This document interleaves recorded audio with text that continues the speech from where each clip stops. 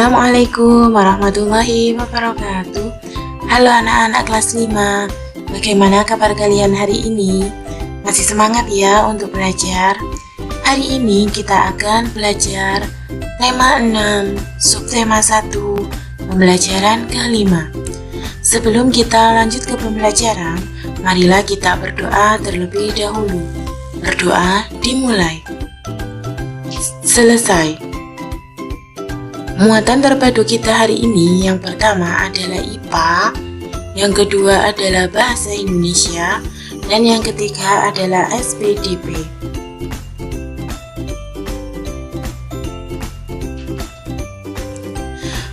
Perhatikan gambar Ibu dan Siti ini. Apa yang sedang mereka lakukan? Iya, betul sekali, mereka sedang memasak. Siti menghampiri ibunya yang sedang menyalakan kompor. Dia melihat ibu sedang memasak air pada dua panci yang berbeda.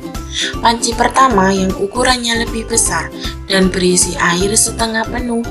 Panci kedua ukurannya lebih kecil dan berisi air yang hampir penuh. Siti menduga-duga air dalam panci manakah yang akan mendidih lebih cepat. Nah, sumber energi apa yang digunakan oleh ibunya Siti untuk memasak anak-anak? Ya, betul sekali. Sumber energi yang digunakan berasal dari api.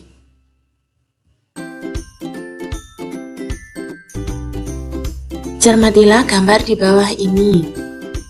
Di sini ada dua buah kompor yang sedang memasak air. Nah, menurutmu panci mana yang airnya akan mendidih lebih dahulu? Air dalam panci A atau air dalam panci B?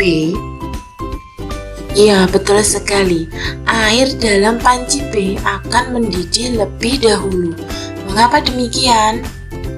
Ya, air pada panci B akan mendidih terlebih dahulu karena suhu air yang ada di wadah kecil lebih cepat panas daripada di wadah yang lebih besar.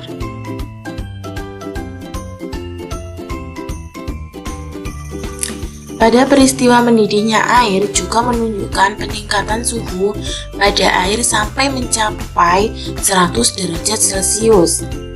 Saat memasak air memperoleh energi panas dari api melalui panci.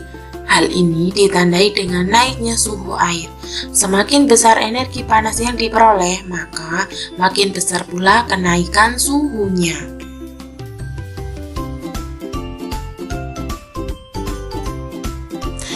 Energi panas dapat mengubah benda. Beberapa benda akan mengalami pemuaian dan penyusutan. Nah, apa itu pemuaian? Ada yang tahu? Ya, pemuaian panas adalah perubahan suatu benda yang dapat menjadi bertambah panjang, lebar, luas, atau berubah volumenya karena terkena kalor atau panas. Sedangkan penyusutan adalah perubahan suatu benda yang menjadi berkurangnya panjang, lebar, dan luas karena terkena suhu dingin. Pemuaian dan penyusutan ini terjadi pada benda logam, udara, dan air ya anak-anak.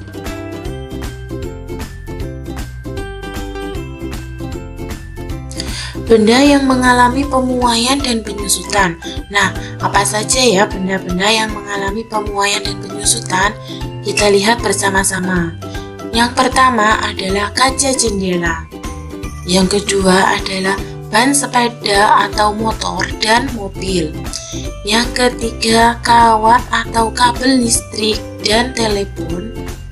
Yang keempat adalah gelas kaca. Yang kelima adalah sambungan rel kereta api.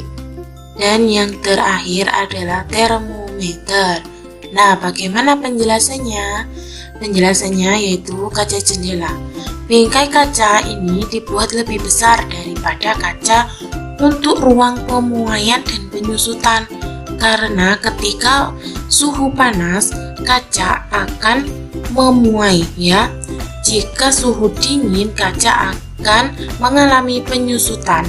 Nah, jika saat pemuaian bingkai kaca ini kecil, maka kaca ini akan pecah. Maka bingkai kaca ini dibuat lebih besar agar kaca tidak pecah. Yang kedua, pada saat pengisian udara di ban sepeda atau motor ya, itu diisi tidak terlalu banyak sehingga ban tidak meletus karena panas. Untuk kawat atau kabel listrik dan telepon biasanya dipasang agak kendor agar tidak putus. Karena ketika malam hari kabel mengalami penyusutan, sedangkan pada siang hari kabel mengalami pemuaian. Nah, pada gelas kaca akan retak atau pecah karena ketika dituangkan air panas, gelas mengalami pemuaian. Selanjutnya, sambungan rel kereta api. Sambungan rel kereta api ini dibuat renggang sesuai dengan ruang muai kereta. Yang terakhir, termometer. Pada termometer terdapat cairan. Cairan termometer akan memuai ketika digunakan untuk mengukur suhu tubuh kalian.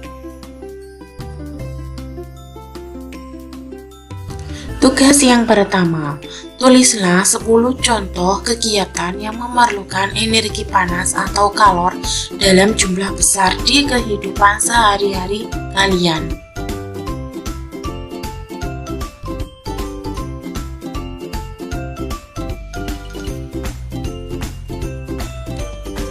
Perubahan suhu pada beberapa jenis logam ternyata dapat mengakibatkan logam itu memuai dan menyusut ya. Manusia sejak dulu mempelajari peristiwa tersebut sehingga dapat melakukan tindakan yang tepat, seperti pada pemasangan rel kereta api. Betul sekali ya, hal ini menarik sekali karena nenek moyang kita dari dulu sudah mengetahui bahwa logam itu tidak hanya memuai, tapi juga bisa melebur. Tahukah kalian, para leluhur kita membuat bilah-bilah benda untuk membuat beberapa alat musik gamelan. Mereka mencampur biji timah dan tembaga, lalu memanaskannya hingga cair untuk dibentuk.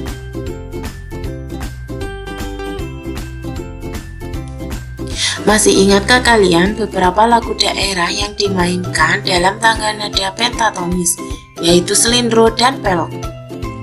Gamelan merupakan salah satu alat musik yang digunakan untuk mengiringi lagu-lagu pada tangga nada pentatonis.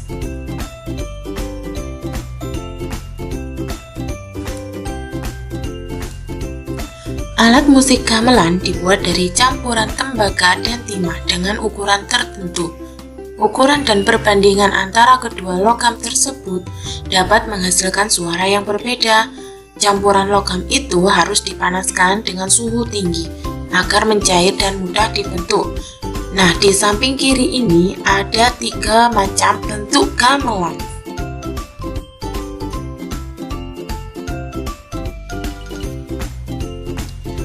Perhatikan lagu daerah berikut ini.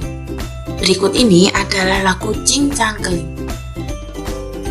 Lagu Cingcangkeling berasal dari Jawa Barat.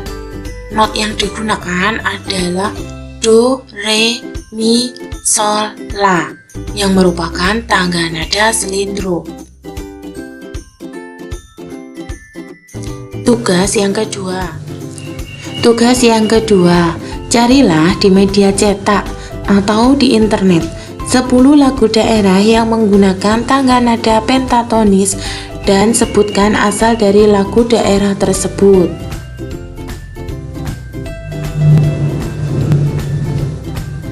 Nah, terima kasih telah mendengarkan penjelasan hari ini. Sampai jumpa di pembelajaran selanjutnya ya anak-anak. Wassalamualaikum warahmatullahi wabarakatuh.